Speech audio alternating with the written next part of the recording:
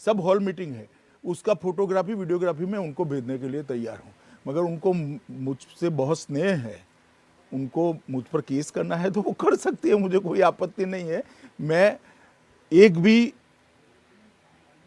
जो code of conduct है Covid का, इसका एक भी जगह अनुपालना नहीं किया, ऐसी घटना नहीं।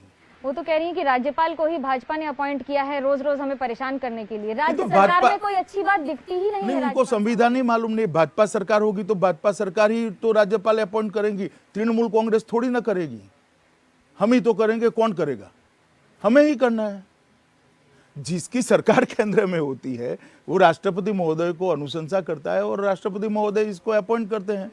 जब आप केंद्र सरकार, संविधान, ये कॉन्स्टिट्यूशन का स्कीम है, ये कोई अमित शाह का या भारतीय जनता पार्टी का स्कीम थोड़ी ना है। जब आप केंद्र सरकार की बात कर रहे हैं तो लव जिहाद के लिए कई राज्य आवाज उठा रहे हैं, उस पर कानून लाने के लिए कैसे देखते हैं बतौर गृह मंत्री? देखिए, लॉ एंड ऑर्डर स्टेट का इश्यू है। राज्य के विधानमंडल अपने कानून बनाने के लिए स्वतंत्र है और सार्वभौम भी है, और वो लोग अपना कानून बना सकते हैं। और जो राज्य बनाते हैं उन्होंने संविधान के दायरे में बनाना चाहिए। मैं मानता हूं कि काफी सारे राज्य इसमें आ गया है। संविधान के दायरे में रह के कानून का एक कदम 370 धारा हटाना भी था। काफी महीने हो गए हैं, साल हो गए हैं, कैसे देख रहे हैं उसको? क्योंकि अब महबूबा मुफ्ती के साथ साथ फारूक अब्दुल्ला ने यहाँ तक कह दिया है कि हम तैयार हैं चीन से सहायता लेने के लिए, वापस लाने के लिए, और तब तक चुनाव भी नहीं लड़ेंगे। देखिए, इस तरह के बयानों पर मैं टिप्पणी करना नहीं चाहता। चीन से सहायता लेना इतना सरल नहीं है किसी के लिए। परंतु मैं इतने कहना चाहता हूँ, देश भर की जनता और जम्मू कश्मीर की जनता धारा 370 हटने से खुश है, संतुष्ट है। और जो दावे करते थे कि हो जाएगा, वो हो जाएगा, इतने लोग मारे जाएंगे, कुछ नहीं हुआ जी। आराम से अच्छा चल रहा है, डेवलपमेंट हो रहा है।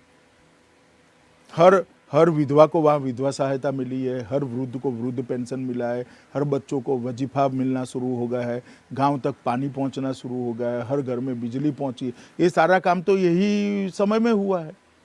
और पंचायत के चुनाव हो रहे। 70 साल से लोगों को पंचायत के चुनाव कराने का अधिकार ही नहीं था, ये अधिकार उनको नहीं मिला था। देश भर में 73 और 74 अमेंडमेंट आ गया, मगर कश्मीर में नहीं लगा था, हमने लगा दिया। सारे पंचायत के चुनाव हो गए, अब जिला पंचायत के भी चुनाव नवंबर 22 तक हो जाएंगे। चीन की सीमा पर भारत के साथ स्थिति है क्या? गृह मंत्री से ये सवाल। बहुत अच्छी है। मैं इतना ही कहना चाहता हूँ, भारत की 1 इंच भी भूमि पर कोई कब्जा नहीं कर सकता। ये नरेंद्र मोदी सरकार है और हमारी टॉप मोस्ट प्रायोरिटी है हमारी सीमाओं की सुरक्षा करना। भारत के एक पड़ोसी हैं पाकिस्तान, जिन्होंने खुद ही कहा कि हाँ, हमने ये हमला किया है जिसकी जिम्मेदारी भी ले ली। क्या कहेंगे आप उस पर? और कैसे अंतर्राष्ट्रीय स्तर पर क्या ये कारगर होगा साबित करने के लिए कि किस तरह से आतंकवादी गतिविधियां पाकिस्तान में जारी रहती हैं? नहीं, वो तो हमारी एजेंसियां बहुत अच्छे तरीके से काम करती है। अंतर्राष्ट्रीय स्तर पर नरेंद्र मोदी सरकार ने पाकिस्तान को बहुत अच्छे से एक्सपोज किया है।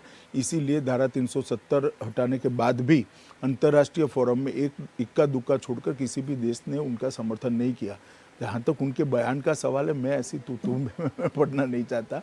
हमारा लक्ष्य सीमाओं की सुरक्षा और जम्मू कश्मीर में विकास है। एक आखिरी अंतर्राष्ट्रीय सवाल, जो बाइडेन के आने से भारत और अमेरिका के रिश्तों पर क्या असर पड़ेगा? देखिए, भारत और अमेरिका के रिश्ते दो देशों के बीच के रिश्ते हैं, और जो भी चुनकर आएगा, अमेरिका की जनता जिसको भी चुनकर लाएगी, भारत अमेरिकन सरकार के साथ अच्छे संबंध रखने का प्रयास करेगा। और अमेरिका भी मानता है, मैं मानता हूं कि उन्होंने भी, चाहे डेमोक्रेटों की सरकार हो, पहले श्री ओबामा थे, बाद में श्री ट्रंप आए, चाहे रिपब्लिकन सरकार हो, सबने अच्छे रिश्ते रखे हैं। धन्यवाद गृह मंत्री अमित शाह जी हमसे जुड़ने के लिए। लेकिन आने वाले दिनों में क्या होगी भाजपा की रणनीति और क्या होगी केंद्र सरकार की नजर, इन सब पर बनी रहेगी हमारी नजर। देश और दुनिया की बाकी खबरों के लिए आप देखते रहिए आज तक।